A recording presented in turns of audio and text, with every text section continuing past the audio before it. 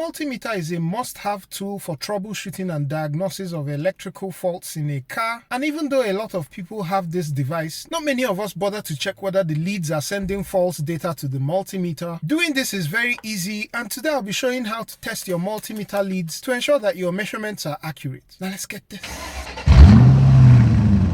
I have this Lomvum T28C multimeter, which is a very good device, and even though it comes with Cat 3 rated leads which support a working voltage of up to 1000 volts, I'm beginning to question the readings that I'm getting from the device. To test multimeter leads, simply set the meter to resistance and select the lowest ohms rating. For this Lomvum, that's 600 ohms. This next step isn't necessary, but just in case you're OCD, you can wipe the probes with some contact cleaner to ensure that there aren't any deposits that are interfering with your results. Next, when you touch the probes together and allow it to settle, you should get a resistance value as close to 0 as possible, maybe 0.1 or 0 itself. If the leads are good, this reading should stay the same even when you're rubbing the probes together. As you can see, the resistance is now jumping all over the place, telling me that these multimeter leads are no longer good. I happen to still have the very first cheap multimeter that I bought, and even though the leads are not as beefy because they are Cat 2 600 volt rated, I'll just take them off, remove the ones in the Lomvum and swap them in. Doing the same test, you can see that the resistance value drops to 0 and it's not bouncing around even when I'm scratching the probes together. What caused the issue with the Lomvum leads is that I had a freak accident, and as you can see here, the positive lead got damaged. You can see it's bendy, whereas the black isn't. Have you tested your leads before? Now here's the game I want us to play. If you have a multimeter, test your leads and hit me up in the comments if they passed or failed. For me, I have to get some replacement Cat 3 1000 volt leads. I'll leave some links down below in case you want to check out the multimeter or support the channel. Don't forget to like, share and subscribe if you've loved this.